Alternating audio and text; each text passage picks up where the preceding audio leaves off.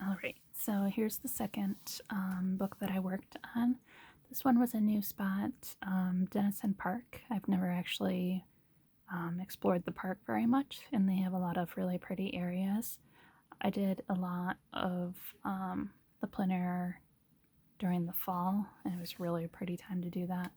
So this one was in September when the trees were starting to drop their leaves. This one actually might be my favorite one of the year. And I did this one while I was sitting getting my car repaired this fall. And it's just a little grassy place next to a gas station next to the highway. And it was just the way the light was hitting it and the shadows and reflections and stuff. It ended up being really pretty.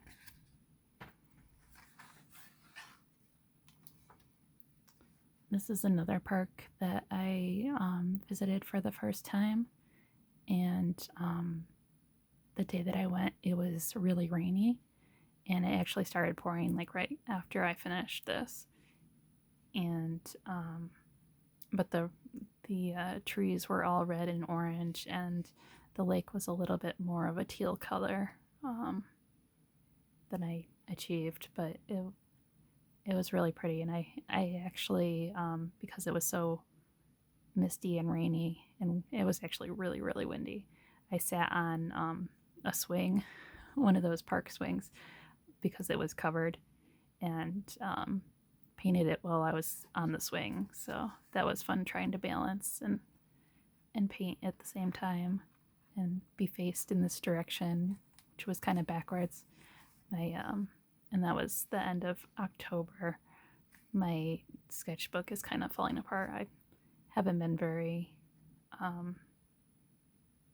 impressed with this particular brand of sketchbook, but the other ones that I had gotten they don't sell them anymore, so I'm making do with what I have. I'll probably put them in an album or something so that they can be all together. So this one was the Harris Hill Overlook in Elmira, Big Flats area on the top of the hill, overlooking down into Big Flats. Another one that was done during the fall. Yep. So that one was the end of October as well. And I stopped by on a Saturday after going to a gallery drop-off and sat there and painted. And it was really cool because they had all the glider planes. They're known for being the glider capital.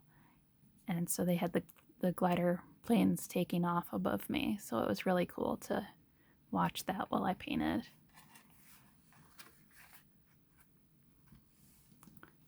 And then I think this one's the last one. Nope, no, we have another one.